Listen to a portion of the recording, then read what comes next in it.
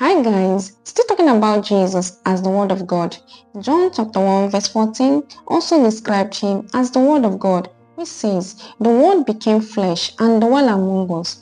We have seen his glory, the glory of one and only, who came from God, full of grace and truth." The Word became flesh. God became a man and had flesh and blood and the real human nature. God sent his word, Jesus, who is also God, to come into the world and save mankind. And because he takes blood to save mankind and wash away their sins, Jesus had to appear in human form and had to be born by a woman in order to achieve the purpose of God here on earth because of his love towards mankind.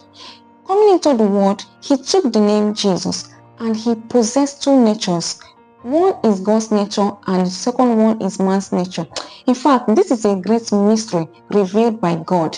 And the human being ought to receive this mystery by faith, even though we do not know much about it. He lived among men, though he is God, but he could feel what every other man can feel because he had the very nature of man.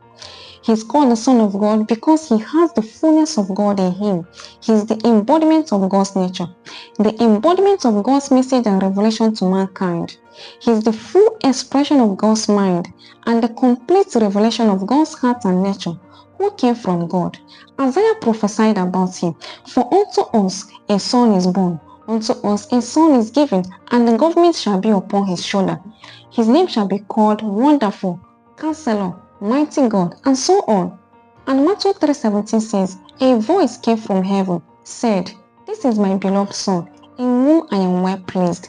That is the voice of God. All these verses are to prove to you that Jesus is the Son of God. Jesus is the Word of God. All the stories and stages about his coming into this world to save mankind with his blood are mysteries revealed by God.